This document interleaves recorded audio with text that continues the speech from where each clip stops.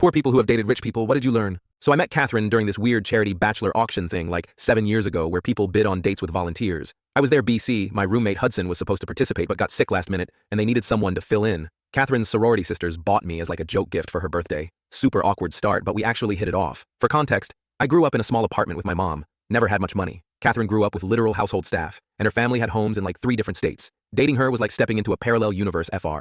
The first thing that blew my mind was how they never talked about the cost of anything, like ever. Apparently it's considered tacky, but they'd casually mention buying new cars or taking spontaneous trips to Europe like it was nothing. There were so many unspoken rules I kept breaking without realizing. One time I asked how much their beach house cost, and everyone went quiet like I'd said something offensive. Another time I complimented a painting and said, "That must have been expensive," and Catherine's mom literally winced. Catherine would get frustrated with me for being too money conscious. She couldn't understand why I kept track of what I spent or why I'd hesitate before ordering drinks at dinner. It was like money just wasn't real to her. Things got super weird around her friends. They were nice to my face, but there was always this vibe like I was Catherine's exotic pet or something. One girl kept asking me questions about what it's like to grow up without traveling internationally like I was from another planet. I tried really hard to fit into her world. I learned which fork to use at fancy dinners and how to pronounce weird French words on menus, but I always felt like an imposter about to be found out. The turning point came when we went to her family's winter home in Vermont. Her brother casually mentioned that Catherine had been going through a rebellious phase by dating guys like me. Nobody contradicted him. Catherine just changed the subject. It's hard to explain how much that hurt.